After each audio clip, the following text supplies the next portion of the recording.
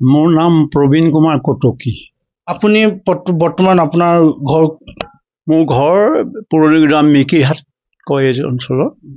আপুনি ছাৰ কিমান বছৰ শিক্ষকতা কৰিছিলে আৰু ক'ত কৰিছিলে? মই প্ৰায় 35 বছৰে হ'ব। 35 বছৰ বিদ্যালয় শিক্ষক, 33 বছৰ নে 35 বছৰ এনেকুৱাই হ'ব, মই পাহৰিছোঁ।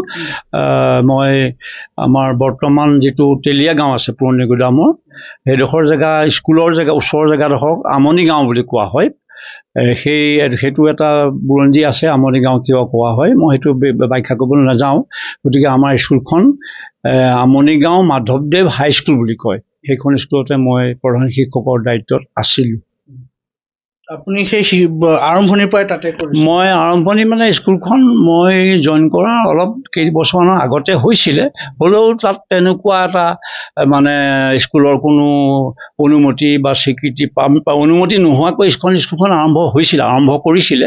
কিন্তু মই সেই স্কুলখনৰ প্ৰধান শিক্ষকৰ দায়িত্ব লোৱাৰ পিছতহে বিদ্যালয় বিভাগীয় যিটো অনুমতি, 8ম শ্ৰেণীৰ অনুমতি, 8ম শ্ৰেণীৰ স্বীকৃতি, 9ম শ্ৰেণীৰ অনুমতি, 9ম শ্ৰেণীৰ 10ম শ্ৰেণীৰ অনুমতি, তাৰপিছতে বিদ্যালয়খনৰ যিটো মাধ্যমিক পৰিষদৰ স্বীকৃতি, এই সকলোখিনি কাম মই মোৰ দায়িত্বতহে শেষ কৰিছোঁ।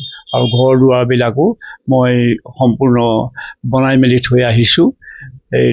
স্কুলৰ এতিয়া 2-4টা বিল্ডিং নতুনকৈ বনাইছে আৰু স্কুলখন এতিয়া দেখিবলৈ বেছি ভাল হৈছে। মই প্ৰায়খিনি কাম বিদ্যালয়ৰ প্ৰধান শিক্ষক হিচাপে বা সম্পাদক হিচাপে বহুতখিনি কাম কৰি থৈ আহিছোঁ। আপুনি 35 বছৰে ছাৰ বিদ্যালয়খনত বিনা বেতনে কাম কৰিছিল নেকি? মই বিনা বেতনে কৰিছোঁ, মানে বিদ্যালয়খনৰ পৰা কিবা এটা লওঁ আৰু, যিটো ধৰক আমাৰ ফিজৰ পৰা কিছু টকা পাওঁ, এডক গ্ৰাণ্ট পাওঁ, এইবিলাক হিন্দী গ্ৰাণ্ট পাওঁ, এইবিলাকৰ পৰা হিন্দী গ্ৰাণ্টটো হ'ল হিন্দী শিক্ষকৰ কাৰণে, আৰু এডক গ্ৰাণ্টটো আমাৰ যিসকল শিক্ষক আছে সকল চকীদাৰ আদি আৰম্ভ কৰি সকলোৰে কাৰণে আমি ভগাই মেলি ল'বলগীয়া হয়। গতিকে দৰমহা 60 টকা দৰমহাত মই স্কুলত সোমাইছিলোঁ, 60 টকা পাইছিলোঁ। তাৰপৰা 300 কিমান টকা এটা হৈছিলেগৈ, কিন্তু কিছু পইচা পাতি নোপোৱাকৈ থাকিবলগীয়া হ'ল, কাৰণ পইচাৰ অভাৱ। পইচা নহ'লে ক'ৰ পৰা পাম। গতিকে মোৰ লগৰ শিক্ষকসকলকো এতিয়া যিসকলে প্ৰভিন্সিয়েলাইজৰ সুবিধা পাইছে, তেওঁলোকৰ পৰা কেইবাজনো শিক্ষকে তেনেকৈ পোৱা নোপোৱাৰ মাজেদিয়ে জীৱনটো পাৰ কৰিলে। গতিকে পাব লাগে 100 টকা, পাইছে 50 টকা, এনেকৈ তেওঁলোকে জীৱনটো পাৰ কৰি এতিয়া কেইজনমান শিক্ষকে প্ৰভিন্সিয়েলাইজৰ মোক দেখা পালে। গতিকে তেওঁলোকৰ কিছু দৰমহা তেওঁলোকে পাইছে পইচা সুবিধা, আৰু কেইজনমান এতিয়া ইতিমধ্যে ৰিটায়াৰ হৈছে, 2জন নে 3জন শিক্ষক। বাকী 4-5জন শিক্ষক এতিয়াও কৰি আছে মোৰ দিনতে যোগদান কৰা শিক্ষকে। আপুনি যিহেতু ছাৰ বিনা বেতনে শিক্ষকতা কৰি আছিলে, আপুনি চৰকাৰী কোনো সুবিধা বা তেনেকুৱা একো স্বীকৃতি নাপালে নেকি? নাই, চৰকাৰী স্বীকৃতি, কাৰণ প্ৰভিন্সিয়েলাইজ নহ'লে চৰকাৰে তেনেকুৱা একো নিদিয়ে। আৰু দৰমহা চৰকাৰৰ হাতলৈ স্কুলখন প্ৰভিন্সিয়েল হোৱাৰ পিছতহে চৰকাৰে দৰমহা দিব, নিৰ্দিষ্ট হাৰত পেঞ্চন আদি সা সুবিধা থাকে। গতিকে যিহেতু প্ৰভিন্সিয়েলাইজ নহ'লে, গতিকে আমাৰ চাকৰি কাৰণে আমি কোনো সা সুবিধা নাপালোঁ। এতিয়া ছাৰ বৰ্তমান আপুনি কি ধৰণে আপুনি চলি আছে? মই স্কুলৰ চাকৰি শেষ হোৱাৰ লগে লগে মোৰ চিন্তা হ'ল মই কেনেকৈ চলিম। গতিকে মই চিন্তা কৰিলোঁ যে অন্য ব্যৱসায়টো কৰিবলৈ, কাৰণ মই যিহেতু শিক্ষকতা কৰিছিলোঁ, গতিকে শিক্ষকতা কৰাৰ পিছত মই যিকোনো ব্যৱসায় কৰিব নোৱাৰোঁ। গতিকে মই কিতাপৰ ব্যৱসায়টো কৰিম বুলি ভাবিলোঁ, কাৰণ কিতাপৰ লগত, কিতাপ কলম এইবিলাকৰ লগত জড়িত হ'লে, এইবিলাক বেচালে মই নিজে ছাত্ৰ ছাত্ৰীসকলৰ লগত এখন ভদ্ৰ সমাজৰ লগত মোৰ সম্পৰ্ক হ'ব। কাৰণ যিহেতু মই শিক্ষকতা কৰাৰ দিনত ছাত্ৰ ছাত্ৰীসকলৰ লগত জড়িত আছিলোঁ, অভিভাৱকসকলৰ লগত জড়িত আছিলোঁ। গতিকে সেইটো ধাৰা যাতে মই ৰাখিব পাৰোঁ, মোৰ সেইটো উদ্দেশ্যে মই এখন কিতাপৰ দোকান আৰম্ভ কৰিলোঁ। মোৰ উদ্দেশ্য হ'ল যে মই সঘনে ছাত্ৰ ছাত্ৰীসকলক, মই পঢ়ুৱাই হওক বা নপঢ়ুৱাই হওক, মই ছাত্ৰ ছাত্ৰীসকলক লগ পাম, আৰু সেইটোৱে মোক নিশ্চয় এটা বৰ মানে অফুৰন্ত আনন্দ দিব।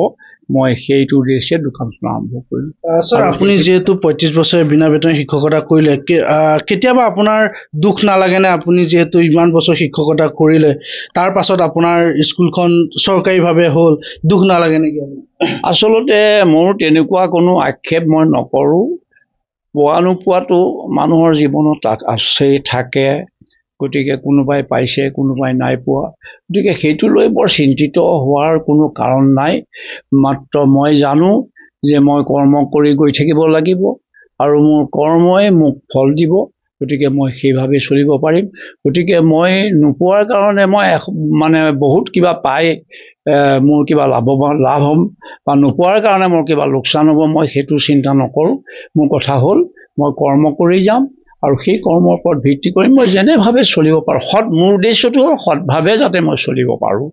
গতিকে মোৰ বৰ বহুত টকা পইচাৰ প্ৰতি বিশেষ মোৰ নাই। টকা লাগে, সেইটো সঁচা কথা, কিন্তু এতিয়া টকা লাগে বুলি মই যিকোনো উপায়েৰে পইচা ঘটিবলৈ মোৰ ইচ্ছা নাই। গতিকে মই অন্ততঃ সৎভাৱে যি পাওঁ মই সেইটোৱে চিন্তা কৰোঁ আৰু সেইভাৱে মই চলিবলৈ বিচাৰোঁ আৰু সেইভাৱে মই চলি আছোঁ। আজি ছাৰ শিক্ষক দিৱস, আজিৰ এই বিশেষ দিনটোত আপুনি চৰকাৰলৈ কি আহ্বান জনাব? যিহেতু আপোনাৰ দৰে বহু শিক্ষক শিক্ষয়িত্ৰী বহু বঞ্চিত হৈছে চৰকাৰী সা সুবিধাৰ পৰা। গতিকে আজিৰ দিনটোত সেই চৰকাৰখনলৈ আপুনি কি আহ্বান জনাব যাতে?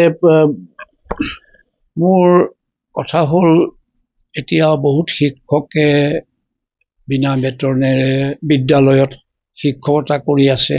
15-20 বছৰ ধৰি শিক্ষকতা কৰি আছে। বহুত স্কুল প্ৰভিন্সিয়েলাইজ হ'বলগীয়া হৈ আছে, হোৱা নাই। গতিকে মই ভাবোঁ এই সমস্যাবিলাক আমাৰ চৰকাৰে নিশ্চয় বিবেচনা কৰি এই স্কুলবিলাকক সোনকালে যাতে প্ৰভিন্সিয়েলাইজ কৰে আৰু সেই শিক্ষকসকলে যাতে কিছু অন্ততঃ সা সুবিধা পায়, অন্ততঃ আগবাঢ়িব পাৰে। মই চৰকাৰকো এই সমস্যাবিলাক যাতে সোনকালে সমাধান কৰিবলৈ চেষ্টা কৰে, মই সেইটো আহ্বান জনাম।